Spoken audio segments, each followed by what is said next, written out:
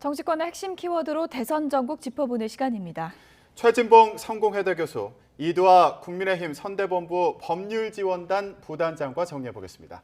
두 분 안녕하십니까? 안녕하세요. 네, 대선 전국 첫 번째 키워드 내용 확인해 보겠습니다.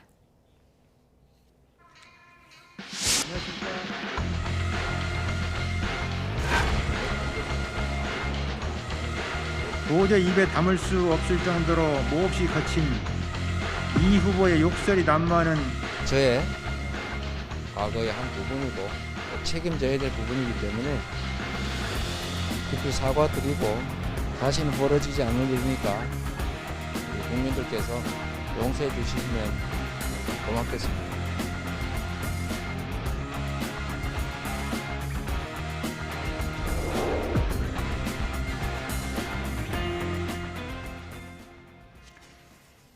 그야말로 녹취록 난타전입니다. 김건희의 7시간 녹취록이 나오더니 이번엔 이재명의 160분 녹취록이 또 대선 전국을 흔들고 있습니다. 이두화 변호사님, 욕설이 상당히 많이 들어가 있어서 다 듣기가 참 힘들다 이런 반응들이 많더라고요. 예, 그래서 처음에 한 작년, 재작년에도 사실 언급은 됐었죠. 그렇지만 사실 이 부분 관련해서 이제 법 쪽에서는 또 이게 이재명 후보가 송사가 많았거든요. 그래서 유명했었어요. 근데 그래서 저도 구해서 들어볼까 그러니까 이 재판을 담당했던 분 중에 한 분이 이제 귀 씻어야 되니까 듣지 말라고 일부러 뭐 이렇게도 얘기하셨는데 저희 근데 이제 녹취록이 나오니까 뭐 저희는 이제 법률 지원단에 있고 이러니까 이 부분을 또 따로 이제 읽어보고 이러고 있는데 다 못 읽겠더라고요. 한꺼번에 이게 잘 안 읽히는 내용이에요.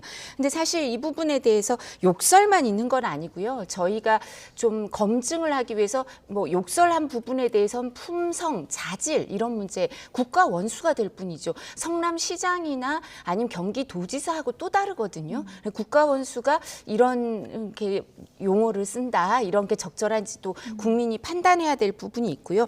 또 뿐만 아니라 이 내용 중에 저희가 이제 대장동 사건이 기소가 되고 이러고 나니까 다시 와닿는 내용이 있더라고요. 그러니까 뭐 예를 들면 유동규 씨와 관련된 내용은 그전에는 뭐 이렇게 봤었더라도 이렇게 유심히 안 봤을 텐데 뭐 음대 출신이라 채용을 했냐 뭐 그러면서 유동규 씨에 대한 언급이 몇 번이나 나와요. 대화 내용 중에.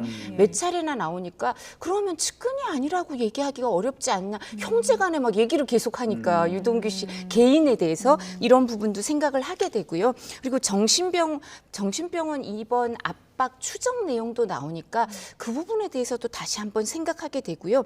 그리고 JTBC 보도 내용을 보면 이제 저는 아직 그 부분까지 못 읽었는데 김부선 씨 스캔들을 막기 위해서 뭐 성남시 예산을 과도 사용했다 뭐 이런 주장까지 일부 나오고 있어요. 그러니까 이런 것까지 저희가 다 살펴볼 필요가 있으니까 대통령 후보로서 검증받아야 될 품성 자질뿐만 아니라 다른 여러 가지 문제까지 포함되어 있는 내용이니까 다시 의미가 있어졌다라고 말씀드릴 수 있습니다. 네, 검증이 필요한 부분이 포함되어 있어서 이것도 중요하게 봐야겠다 이렇게 말씀해 주셨는데 이게 장 변호사가 동영상 형태로 페이스북에 공개하겠다 이렇게 또 밝혔거든요. 그러면 파장이 또 더 커지는 거 아닙니까? 뭐 그럴 가능성은 있죠. 근데 내용이 어떤 거냐 일단 뭐 욕설 관련된 부분은 이미 많이 알려졌고 또 유튜브에 일반 SNS도 많이 공개가 돼서 많은 부분 또 들으신 분도 있을 거예요. 뭐 저는 개인적으로 안 들었습니다만 어쨌든 그런 상황이기 때문에 파급력이 어느 정도 될지는 좀 지켜봐야 될 것 같고요.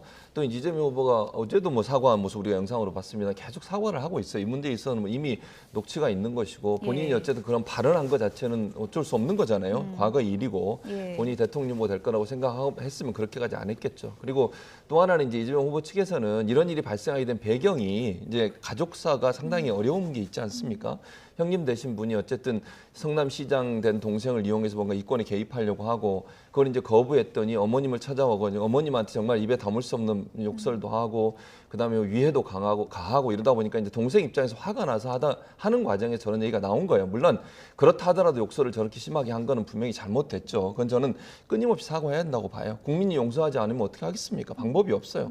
다만 이제 그런 집안의 배경이 있다는 것도 우리가 한번 이제 생각해 볼 필요는 있다. 저 욕설이 만약 내가 그 상황이라면 나는 어떻게 했을까 하는 부분들을 역사적으로 생각해 본다고 하면 뭐 욕설한 건 잘못됐지만 전혀 그게 이해되지 않는 부분이 없지 않아 있다고 저는 개인적으로 생각하고요. 나머지 부분 뭐 유동규 씨 음대 졸업한 거하고 김혜경 여사가 음대 졸업한 거 연관성이 있다라는 식의 의혹을 제기한 부분이라든지 김부선 씨를 뭐 그 관련된 기사를 막기 위해서 광고비를 과다 집행했다 이런 의혹이 나오고 있는데 이거는 이제 예. 증거가 있어야 돼요. 예. 의혹이니까 이 부분에서 만약에 다른 증거가 있다면 그 부분에 또 얘기할 거고 거기에 대한 또 해명도 하지 않겠습니까? 이런 발언들이 있는 것은 사실이지만 이게 실제 뭐 증거를 가지고 직접 이런 일이 일어났다고 아직까지 단정적으로 얘기할 수 있는 상황이 아니기 때문에 이 부분에서는 계속 논란이 되더라도 거기에 대한 해명하는 과정을 통해서 얘기가 좀 진행되지 않을까 이런 생각을 합니다.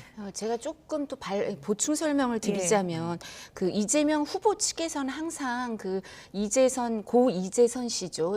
이분이나 가족들이 이권에 개입하려고 해서 이걸 막다가 보니까 뭐 이런 다툼이 벌어지고 욕설까지 가게 됐다. 그리고 어머니의 모친에 대해서 할 수 없는 행위를 했기 때문에 뭐 입에 담을 수 없는 말을 했기 때문에 이렇게 했다라고 하는데 저도 이제 양쪽 주장을 저희가 이제 같이 봐야 되잖아요. 근데 이재선 씨의 가족 박인복 씨죠. 부인이 계속해서 주장하는 말씀하고 그다음에 그 홈페이지에 올린 글이라든가 이 욕설 파일 이 부분을 들어보면요. 오히려 이재선 씨가 이 유동규 씨 같은 사람을 왜 이제 그런 사람을 발탁하냐 이런 거를 언급하고요. 그러니까 인사를 비판하거나 대장동 개발 계획을 그렇게 하면 안 된다라고 비판을 하지 이권을 개입하는 거에 대해서는 명확한 증거가 오히려 없는 것 같습니다. 예. 그리고 두 번째 모친에 대해서 뭐 어떤 이렇게 뭐 형님이 잘못했다 이런 부분도 명확하지는 않은데 만약 그렇다 한다 하더라도 형수한테 욕설할 일은 아니죠. 뭐 형수가 같이 한 것도 아니고 예. 그냥 다짜고짜 하시더라고요. 그래서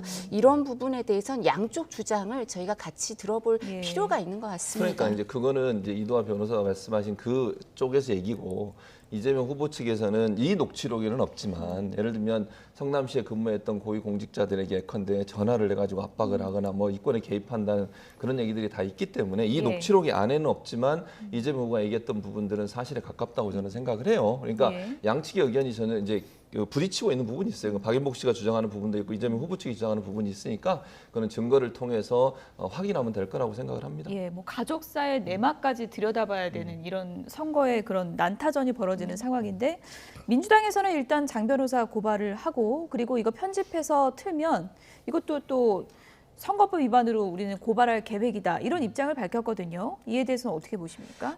중앙선관위의 송기찬 법률지원단인가요? 이제 송기찬 의원이 이 부분을 유권 해석을 했더니 이제 기존의 욕설 파일과 관련해서 전부 다 트는 건 가능하다. 예. 근데 그 부분을 이제 편집해서 일부를 트는 거는 이제 부적절하다. 그래서 저희가 사실 욕설을 풀 버전으로 듣는 게 합법이랍니다. 뭐 이렇게 얘기를 하는데 왜냐하면 욕설을 짧게 듣는 게 이제 불법이고 예. 욕설을 다 끝까지 들어라 이게 합법이라는 얘기거든요. 예. 그래서 좀 불편하다 이런 예. 말이 있을 수 있지만 중앙선관위의 유권 해석이 있으니까 그 부분을 존중해야 될 이번에 거고요. 새로 나온 녹취록에 예. 대해서도 그런 새로 나온 입장인 녹취록에 건가요? 예. 대해서도 지금 선관위 유권 해석과 유권 해석이 그렇게 변할 가능성은 없거든요. 이 부분에 대해서 아마 제가 생각하기에는 이재명 후보 측에서도 문제 제기를 할 거예요. 그러니까 예. 뭐 가처분 신청을 할 수도 있고요. 아니면 뿐만 아니라 선관위의 유권 해석을 할 것 같은데 기존의 거랑 별로 다른 건 없을 것 같거든요. 예. 그럼 다 들으면 뭐 가능하다 이렇게 될 것 같은데요.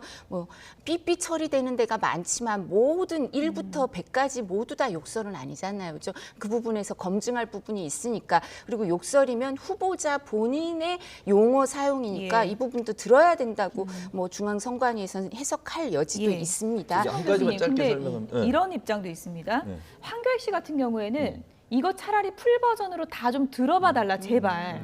이거 다 들으면 이재명 후보의 입장도 이해가 갈 것이다. 이런 주장도 있는 거거든요. 그러니까 아까 예. 말씀하신 그분에 제가 부연 예. 설명하고 연관된 부분이요. 지금 맹카가 지적하신 부분이 뭐냐면 짧게 들으면 문제가 없고 예를 들면 길게 들으면 문제가 있다 이렇게 얘기하는 게 아니고 저 반대로 얘기했나요? 어쨌든 예. 중요한 건 맥락을 들어야 된다는 네. 거예요. 한 부분만 딱 끊어서 들으면 오해될 수 있는 소지가 있다는 거죠. 예. 그러니까 선관위 유권 해석은 전체 내용을 들어야 앞에 이런 얘기가 왜 나올 수밖에 없었는지 이해가 가능하잖아요. 근데 욕설 부분만 만약에 편집해서 딱 들어보세요. 그건 정말 나쁜 사람이 되는 거잖아요.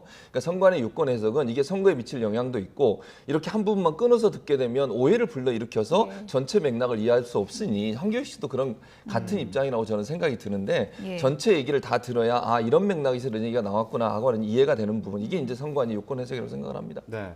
근데 민주당의 그 대응 관련해서 조금 궁금한 부분이 다른 사람이 녹음 파일 편집해서 공개하는 경우에도 이제 선거법 위반으로 고발하겠다 이렇게 엄포를 놓은 상황입니다.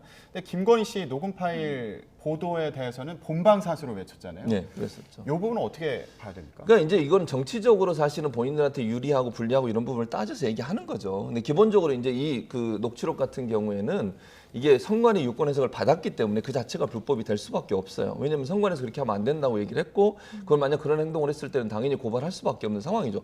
입장을 바꿔서 국민의힘이 이런 상황이라도 당연히 고발했을 겁니다. 그리고 왜냐하면 이게 공개되는 건 막아야 되는 상황이고, 또 국민의힘에서도 김건희 씨 관련해서 녹취록 관련해서 고소하고 고발하고 문제 제기했지 않습니까? 왜냐하면 자기 측에 예컨대 불리한 상황이 녹취록에 나와서 공개가 되는 것 자체를 당연히 선대본이나 이런 데서는 그걸 막을 수 있는 방안들을 모든 방법을 동원할 수밖에 없어요. 예. 이제 그런 차원에서 접근했다고 보여지고요. 그러니까 이게 정당에서는 어쨌든 대선을 앞두고서 불리하게 작용할 수 있는 모든 부분들을 가능한 한 모든 방법을 통해서 막으려고 하는 그런 위치를 취할 수밖에 없는 거죠. 네, 녹취록 대 녹취록. 언론에서 뭐 제목에 이해는 이다 뭐 이런 제목도 달았는데 이준석 대표는 이 욕설 동영상 이재명 후보 거 과도한 보도 요구는 나는 옳지 않다고 본다 이렇게 선을 그었거든요. 어떻게 보십니까? 사실 선거가 뭐 이렇게 이 욕설에 대해서 이제 누가 물으니까 이제 저희 친구가 그러더라고요. 모친이 묻는데 이 욕설이나 아니면 이재명 후보의 아들의 그 글 올린 거 있잖아요. 그게 뭐냐고 모친이 묻는데 얘기하기가 곤란하더라 이런 얘기를 했어. 아이들한테도 얘기하기가 곤란하더라. 예. 뭐 19금이나 아니면 정말 연세 많은 분들한테 이걸 입에 올리기 어려울 이런 게 반복되는 선거는 바람직하지 않죠 서로. 그러니까 이제 정책 선거가 가야 되는 거 아니냐. 그리고 또 항상 역공을 우려하는 것도 있는 것 같습니다. 이런 부분은 사실 공당이 할 부분은 아니고 이제 정치인들이 나서서 할 부분은 아니다. 네. 이런 얘기를 하고 싶은 게 아닌가. 그리고 선거가 네거티브가 아니라 파지티브로 가야 되는 거 아닌가 이런 주장인 것 같습니다. 네. 자, 이렇게 이재명 후보 그리고 윤석열 후보 사이에 이른바 녹취록 난타전이 벌어지고 있는 상황인데 또 다른 쟁점이 있습니다. 다음 키워드 보여주시죠.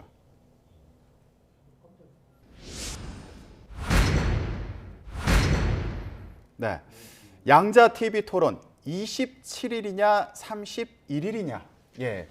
일단은 설 전에 양자 TV 토론을 볼 수 있을 것으로 보입니다. 그런데 이 날짜는 합의가 안 되고 있는 상황인데 27일은 민주당에서 주장하는 거고 31일은 국민의힘에서 주장을 하고 있는 상황이에요. 네. 어떤 차이가 있는 겁니까? 그러니까 저는 일단 이런 것 같아요. 뭐 양쪽의 의견이 물론 지금은 입장을 이제 이재명 후보 측에서는 예. 괜찮다, 31일도 하겠다고 지금 입장을 바꿨어요. 그러니까, 예. 30일로 될 가능성이 좀 높다고 보는데 아마 이제 민주당의 초기에 27일을 얘기했던 것은 방송사에서 그 시간을 얘기했고 그럼 우리는 받겠다는 입장이었던 것 같아요. 그러니까 방송 3사가 사실은 공동 방송을 하는 거잖아요. 안타깝게 YTN이 빠져서 좀 안타깝긴 한데 어쨌든 공중파 3사가 이런 날짜를 했으면 좋겠다고 제안했는데 민주당은 받은 거고 국민의힘에서는 그 시간보다 좀 늦게 하자 얘기를 한 거고요.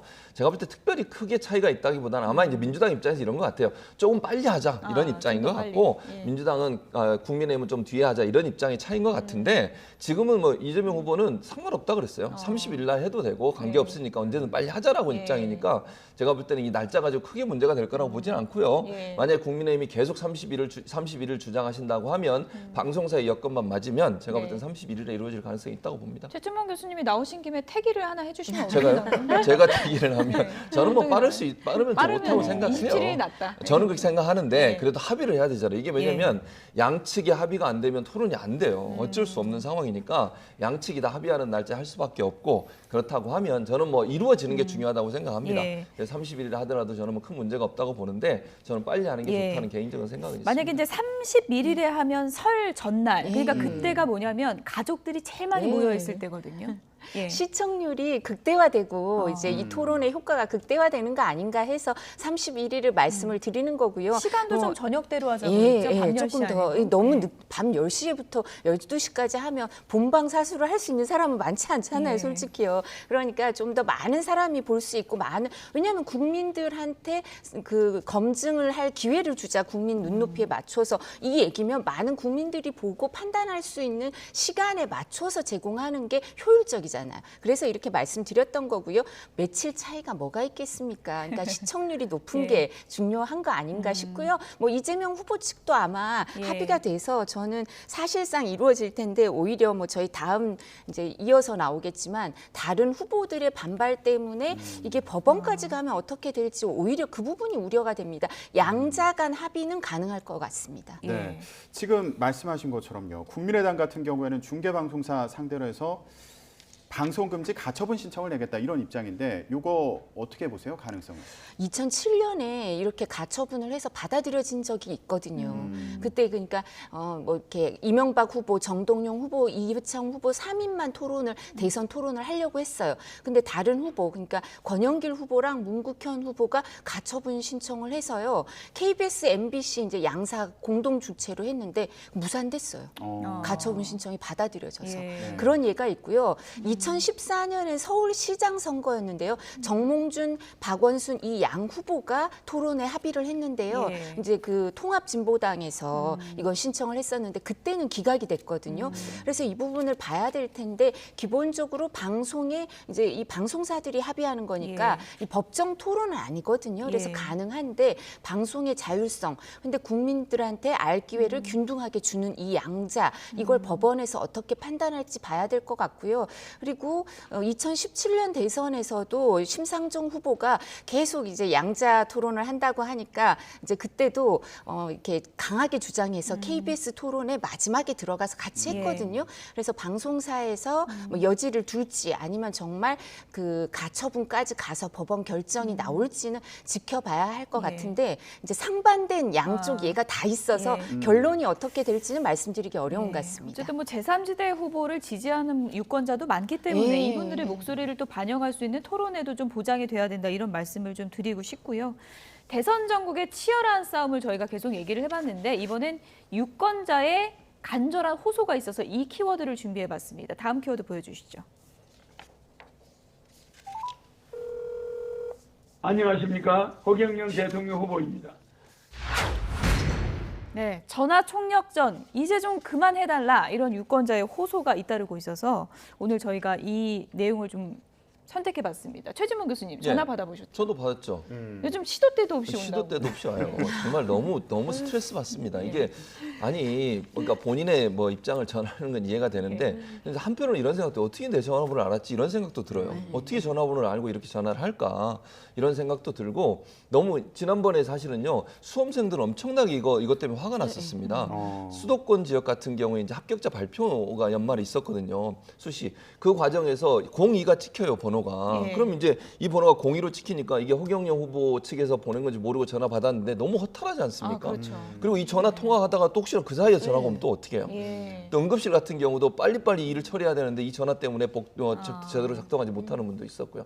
그러니까 뭐 가리지 않고 전화를 해요. 뭐 여기저기 가리지 않고 저는 이런 식으로 전화를 하는 것은 저는 바람직하지 않다고 봅니다.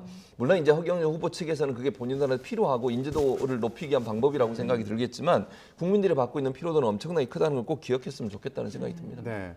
가수 김필 씨 같은 경우에는 SNS에 글까지 올렸더라고요. 예, 좀 그만 걸어달라 이런 메시지를 올렸었는데 이게 법적으로 보장되어 있는 방식인 거죠? 불법이 아닙니다. 가능합니다. 그러니까 사실은 공직선거법 58조 2항에 보면 누구든지 투표 참여를 권유하는 행위를 할 수 있다. 근데 이 전화를 해서 나를 지지해달라 이게 아니고요. 이제 투표를 해라 이 얘기를 하는 거거든요. 예. 그러니까 가능하고요. 근데 이 부분과 관련해서 이제 사실 저희는 더 의문인 게 비용이 엄청나게 들 거거든요. 이게 합법적이고 전문적인 곳에 용역을 줬다 이렇게 주장하면서 우리는 우리 번호를 어떻게 알았지? 그리고 이렇게 궁금해하는데 이게 이제 인터넷 전화로 해가지고 무작위로 뭐 1부터 9까지 해서 추출해서 건다 뭐 이렇게 주장을 하고 있어요. 용역 업체에 맡겨서. 근데 그러면 이게 한 통당 부가세 포함하면 13원이에요. 그래서 이거를 1,000만 명한테 전화를 돌리면 한 번 전화할 때 1억 3천만 원인가 뭐 이렇게 든대요. 근데 전화가 저희 받아보면 엄청 많이 다녀오잖아요. 그렇죠? 네. 그럼 이게 도대체 어떤 이 돈이 참 많으신가 봐요. 근데 지금 금지할 수 있는 방법은 딱히 없습니다. 없군요. 근데 네. 네이버에 쳐보니까 제가 네. 허경영 전화 이렇게 하니까 바로 뜨는 게 차단이 이제 차단 자동 방법. 조답에서 예. 검색어에 자동 예. 검색이 차단 방법 이렇게 예. 뜨던데, 근데 이런 부분이 공직선거법상 투표 참여, 권유, 독려 이 전화는 가능합니다. 네. 차단하면 근데 번호 바꿔서 또 전화한다고. 그렇다 그래서 그러더라고요. 차단 방법도 좀 효과가 없는데 표심 잡기에 다른 방법을 좀 생각해 보시면 어떨까 이런 생각이 들고요. 민주당의 지금 주요 과제가 하나 있는데 그걸 끝으로 좀 짚어봐야 될 것 같아요. 불심 잡기입니다. 맞아요. 정청래 의원 발언을 두고 지금 불교계의 성난 그 민심이 가라앉질 않고 있는데요. 이거 어떻게 해결해야 됩니까? 뭐 계속 사과하고 예. 뭐 계속 찾아가야 돼요. 저는 방법 없다고 봅니다. 정세균 전 총리를 포함해서 윤호중 원내대표, 그리고 이제 그 전에는 원래 정청래 의원이 찾아갔을 때 경내도 들어가지 못했어요. 그런데 이제 다행히 경내에 들어갈 수 있는 허용을 받아서 108배를 했거든요. 저는 이런 행사를 계속해야 된다고 봅니다. 뭐 어쩔 수 없습니다. 이거는 이미 뱉어진 말이고 그 말이 불교계를 화나게 했으면 불교계가 그거를 받아들일 수 있을 때까지 계속 저는 사과해야 한다고 봐요.